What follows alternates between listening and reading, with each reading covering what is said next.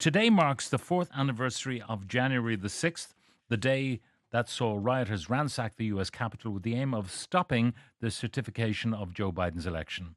Now, to talk about the significance of the event, and still has within US political culture, especially as Donald Trump is set to re enter the White House later this month, Scott Lucas, professor and political analyst of the Clinton Institute. Good morning, Scott. Very good morning to you, Pat. Now, this day 4 years ago was a pretty terrible day in modern America when we saw the venerable Capitol building being assailed by Trump supporters. So, Pat, 4 years ago on this day, I remember it was early evening here in Ireland. It was afternoon in the United States.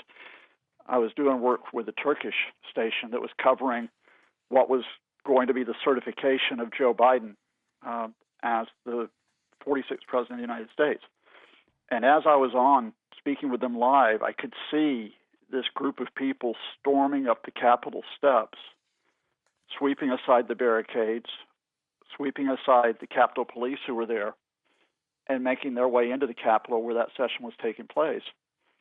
And I remember, in a sense, of something important's happening here, but it was like I couldn't believe it. I couldn't believe that Americans would be attacking the own center of their government.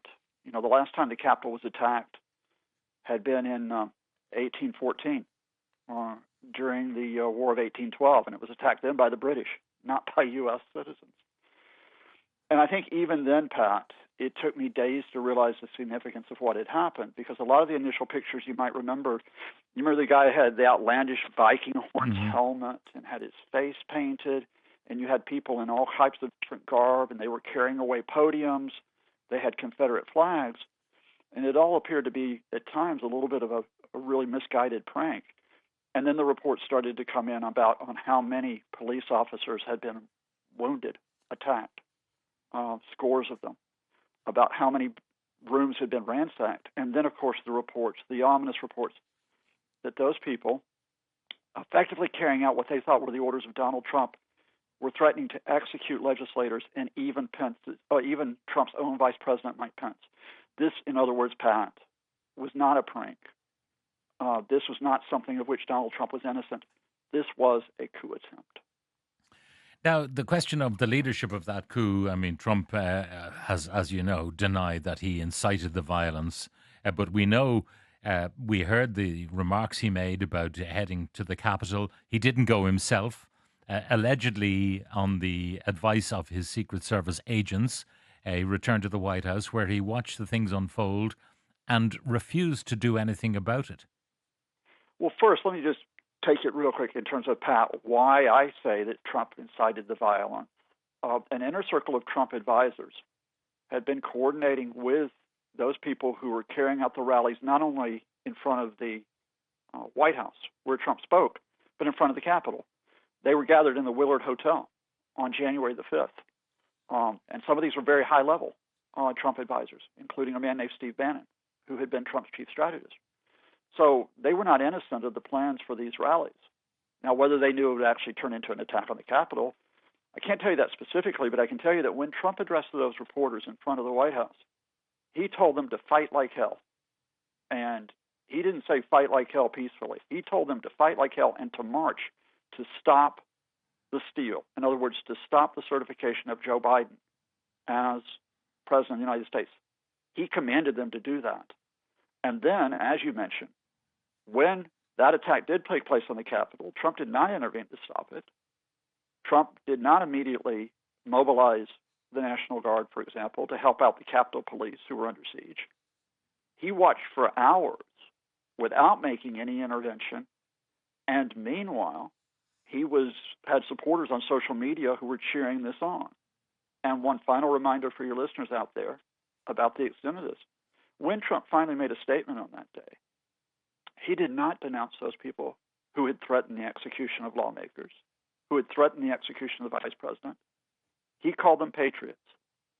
He said it was patriotic what they had done. So no, even if Donald Trump has not yet been found criminally liable for inciting violence on January 6, 2021, to all intents and purposes, his hands were all over that attempt to overthrow the U.S. system of government. Now, he did nothing. He allowed it to happen. And you have to conclude that he was still clinging to the notion that he could get the election overturned by intervening in this way. And that's why he delayed and delayed and delayed until it looked like things were not going to go his way. Again, this in full context, because we're making a serious allegation here. But in the days running up to January 6th, the plan, and this is all documented, it's on record, of Trump and his advisors, including a lawyer named John Eastman, was that having failed to get the state legislators to overturn their electoral results, having failed to put in fake electors, as they would later be known, they were going to get Mike Pence to block the certification of Joe Biden as president, because Pence is the formal chair of that session. And what happened, indeed, on January 5th, the day before the session, is that Mike Pence let it be known to Trump that he would not block the vote, that he would let the U.S. system act as it should, as it was mandated under the Constitution. And that is why on January 6th, as Donald Trump was telling his supporters to fight like hell, he specifically singled out Mike Pence and said that Mike Pence had failed to do what he should do. So in other words, you play the connects, the dots, and that is that the last step, as you mentioned, was going to be for Mike Pence to overturn the election results or to effectively block them. And when Pence referred to do so, then your only option at that point is to call on your supporters to make that march on the Capitol. Now, we know what happened, that eventually the insurrection was quelled and many people were arrested, and we watched the process of justice take its course. It took months in some cases to finalize arrests and get people charged and sentenced, but it did happen. And then we have a situation where the one who ended up not being prosecuted was, of course, the man who instigated the whole thing, one Donald Trump. And the impeachment attempt failed. The Republican Party backed him, including, I suppose, the despicable Mitch McConnell. So we are where we are now, with the man returning to the White House and having the power to pardon all of these people. So, Pat, we've had almost 1,600 people who have been charged in connection with January the 6th. There have been more than 1,000 convictions. I think more than 600 of those convictions are on felony charges. So these are not, minor crimes for many of these people. Some of them have received sentences which are several years long in prison. And as what happens to them, Donald Trump has pledged that he will pardon at least some of them. He has sort of stepped back from the idea that he'll pardon all of them in his most recent interviews by saying, well, he'll have to look at this on a case-by-case basis, and the most violent offenders may not be pardoned. But as for Donald Trump himself, after months of investigations, and of course this paralleled the investigations by Congress itself into what had happened, Special Prosecutor Jack Smith had filed the indictment against Trump, not specifically for inciting violence on January 6th, but over defrauding the U.S. public because he spent months trying to overturn the election. The Trump team used every legal tactic in the book to prevent that case from coming to trial before November's election. They succeeded in that. And of course, because Trump won that election, he said that his first act as president would be to fire Jack Smith, effectively scuttling the investigation. So Jack Smith has said, well, there's no way we can carry on at this point. Once Donald Trump stops being president, then that investigation could resume, that prosecution could resume, but that could be a long time coming. And in the meantime, of course, the one case that we watch away from January the 6th is that on January the 10th, Donald Trump will be sentenced in 34 felony counts for falsifying business records over his affair with the porn actress Stormy Daniels, although that sentence is likely to be suspended, provided he does not reoffend. It's an extraordinary situation. So we'll have, given the support of the American people, that there should not be pardons or commutation of sentences. I think it's fairly substantial on the Democratic side. It's less substantial on the Republican side. I think 65% of Republicans favor pardons, 35% do not. But the vast majority of the American people do not want these sentences pardoned or commuted. So Trump has got to, I suppose, walk a tightrope between pandering to his base who want these guys released and maybe looking to the more moderate or sensible people who don't want to see criminals released on a pardon from the president. I think with 61% of Americans overall opposing the pardons, I think you put that very well. But I think Trump's tightrope, or those of his advisors who I think will make the final recommendations, is the nonviolent. And they may classify nonviolent pretty widely. But certainly all those who've been convicted on misdemeanor charges, and even on those who received, if you can make it, the lighter felony sentences, I think they will be pardoned. And you're really only going to see, I think, those who carried out or were convicted of direct assaults on officers, in many cases injuring those officers. Those may be the ones who are not pardoned. I think in a way he'll get away with it, however they frame it, for this reason, and that is, I think, for many Americans, and I can understand why, they're just tired of this. You know, the fact that he has escaped accountability for 4 years, the fact that there's been so much disinformation, misinformation, as he had done with the election, thrown over this. You know, I think Americans just want to get on with their daily lives, and they're facing the prospect of Trump coming back into the White House, of turmoil over those daily lives. So January 6th sort of recedes into the background, even if it was the most serious threat to American democracy and peacetime. Now, there's some interesting text coming in.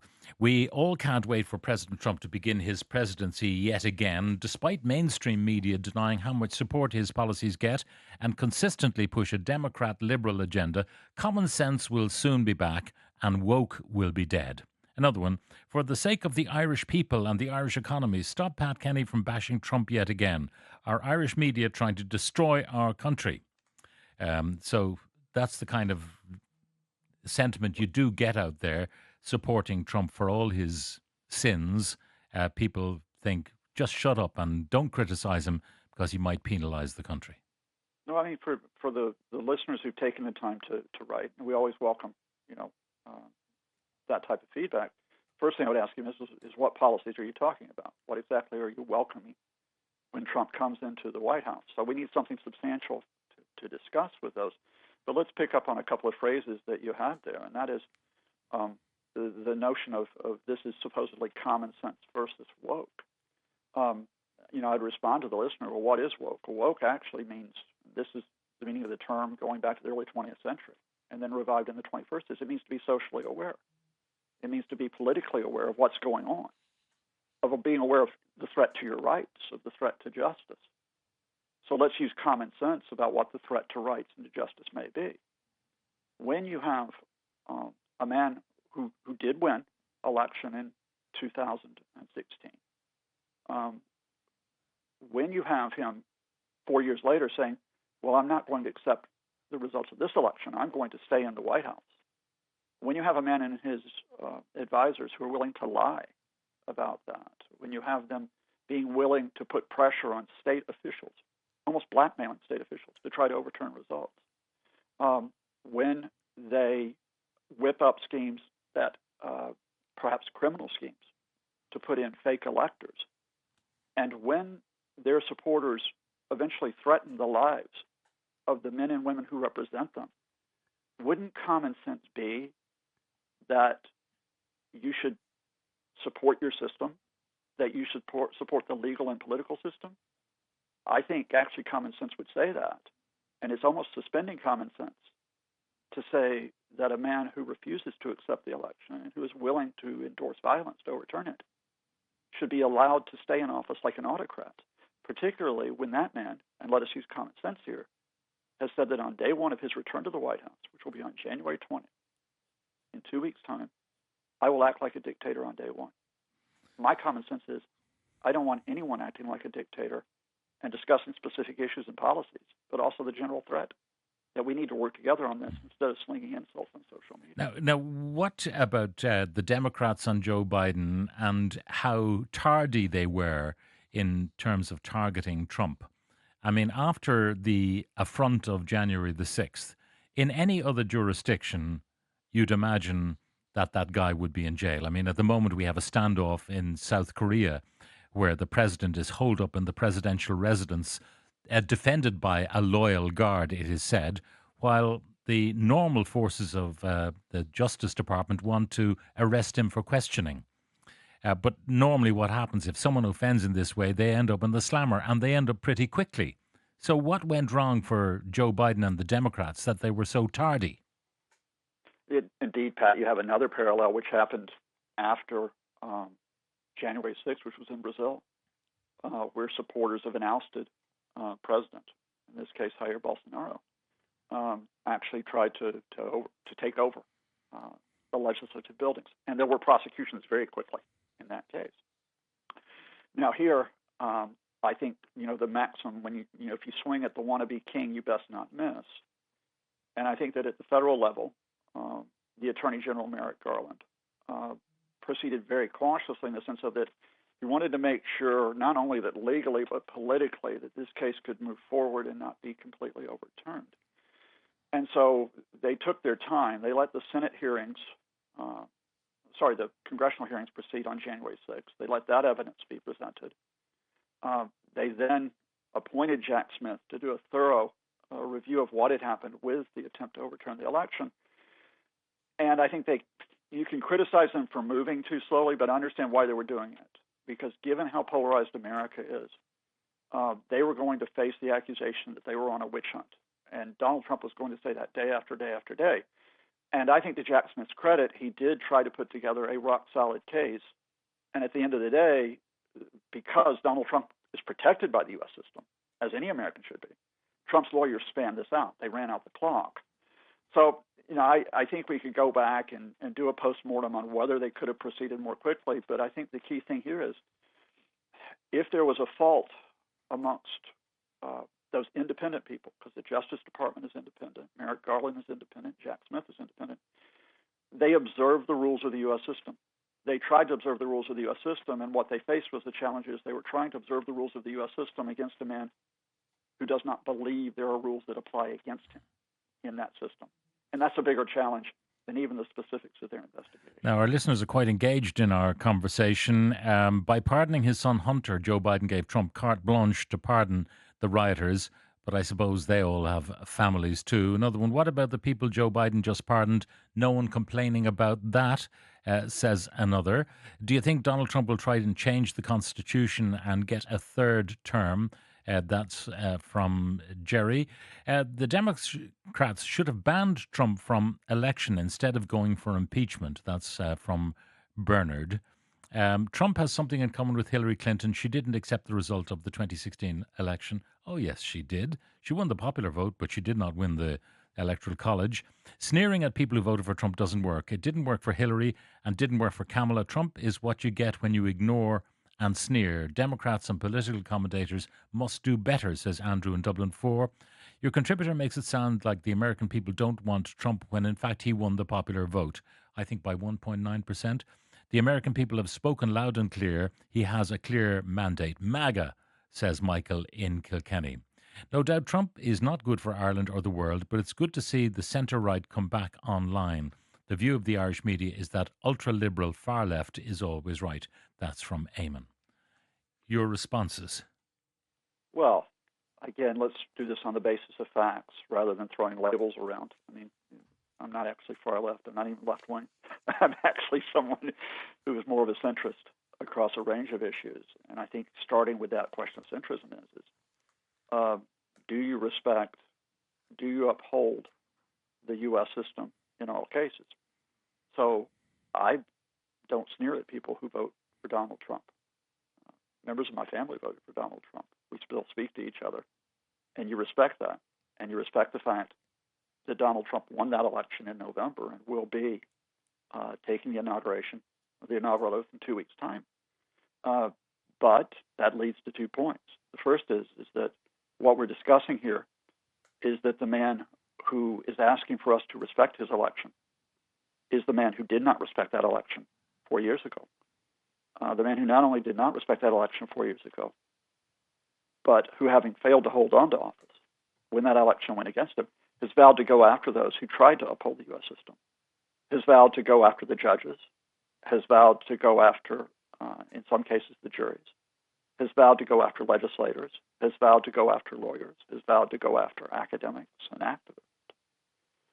And that leads to the second point, is that in respecting that U.S. system and respecting that Donald Trump was elected, that does not mean that the U.S. system elects someone who then suspends the system, who then carries out acts which are unconstitutional or possibly illegal. And by simply highlighting that Donald Trump has threatened to carry out acts which may be unconstitutional or may be illegal, that is actually a defense of values and a defensive system. In Ireland, having had a government which is just being formed now and respecting that election, if the new Taoiseach, whoever it would be, came into office and immediately said, well, I'm going to carry out actions, whether it be mass deportations, whether it be the attempt to politicize, let's say, the Justice Department, whether it be the Treasury, whether it be to carry out mass firings of civil servants, that Taoiseach would be held to account, and quite rightly. And that is what we ask for in America, as that despite the attempt by Trump and his camp to effectively quash the courts and to effectively quash the agencies, and hoping that they have enough Trumpists in Congress to do that, we hope that the U.S. system prevails. You may choose Donald Trump, or you may choose the U.S. system, but you cannot choose both past, present, and future. Finally, I should ask you, he got Mike Johnson re-elected as Speaker of the House. It was a touch-and-go affair, but Trump intervened, made a few vital phone calls. But the margin is very narrow, and I suspect Mike Johnson's going to have problems over the next few months getting various things through. And then in 2 years' time, we have midterms. So there's a double-edged lesson from what has just happened in the lower house, the U.S. House, with the Speaker, Mike Johnson. Had Donald Trump not intervened and endorsed Mike Johnson, enough Republicans would have opposed Johnson because they consider him to be weak. They consider him to be not right-wing enough that Johnson would have failed. So you might say, well, this is Donald Trump helping to uphold, the Republicans in the House by making Johnson got through. No, the flip side of that point is that the Trump move is to make Johnson his boy, that Mike Johnson is beholden to him. And why is that important? Because the backdrop to this is that at the end of December, even before taking office, Donald Trump and effectively his unelected co-president, Elon Musk, tried to shut down the U.S. government. They tried to shut down, to close offices, to close agencies, by blocking the funding to keep that government going. They failed in that effort. They failed in part because Mike Johnson stepped in and agreed to work, in fact, with Democrats to get that through. So that actually highlights the fact that for all the threat of Trump's wannabe autocracy, the Republican Party is not a united party. The Trumpists don't yet control it. And therefore, the question of Trump trying to get his legislation through, acting through the system, as it were, through Congress, is going to be a tricky one. It may even be tricky with confirmation of some of his cabinet appointees, such as the Defense Secretary, Pete Hegseth, or the Health Secretary, Robert F. Kennedy Jr., which means Trump will try to rule by decree. He'll try to rule by executive order. And I suspect, in addition to that issue of the pardons that we've been discussing, one of the first orders will be to try to deport possibly at least thousands, tens of thousands, hundreds of thousands, maybe millions of people from the United States. And the test of the U.S. system will be whether those executive orders go through unchecked, or whether Congress, as well as the courts, will actually raise their voices. We wait and see. Finally, Elon Musk and Donald Trump, a marriage made in Hades, maybe, but when do you think it will lead to divorce? I don't know, because, what's the old joke about two narcissists walk into a bar? Still don't know what the punchline is. But I can tell you what is going on right now is a parallel case to watch. If you can allow me to talk about the country where I lived for almost 40 years. Elon Musk is not only trying to effectively exert power in the U.S. government, in this case working alongside Trump, he's trying to exert power by overthrowing two governments right now. He's trying to overthrow the government in Germany of Olaf Scholz, and he's trying to overthrow the government of Keir Starmer in the UK by whipping up misinformation, disinformation, in particular about the grooming gang scandal. And up until 24 hours ago, by working with the leader of the Reform Party, Nigel Farage, whom he met a few weeks ago at Mar-a-Lago in Florida. A few hours ago, Elon Musk turned against Nigel Farage of the Reform Party and said he's not fit to be leader because Nigel Farage would not support Elon Musk's exaltation and support of a far-right criminal named Tommy Robinson. Yeah, we talked about that earlier in the program. Absolutely. Scott, yeah. And the lesson here is that if Elon Musk can turn on Nigel Farage within a few hours, which has got the Reform Party and indeed UK politics in turmoil, if Elon Musk is upset with Donald Trump, how quickly could he turn? There was an episode a few days ago where Elon Musk effectively warned the Trump camp, do not clamp down on visas for workers, foreign workers in the tech sector, what are called H-1B visas. He said, don't try to cut those visas because, of course, a lot of his companies use those foreign workers. And Donald Trump accepted that. He came out and supported Musk's position. So I'm not sure it's a case of whether Musk and Trump will split, but how much will Musk demand of Trump? And how much will Trump, who always has others bend the knee to him, how much will Trump bend the knee to Elon Musk? We shall see. Scott, thank you very much for joining us. Scott Lucas, professor and political analyst at the Clinton Institute at University College Dublin.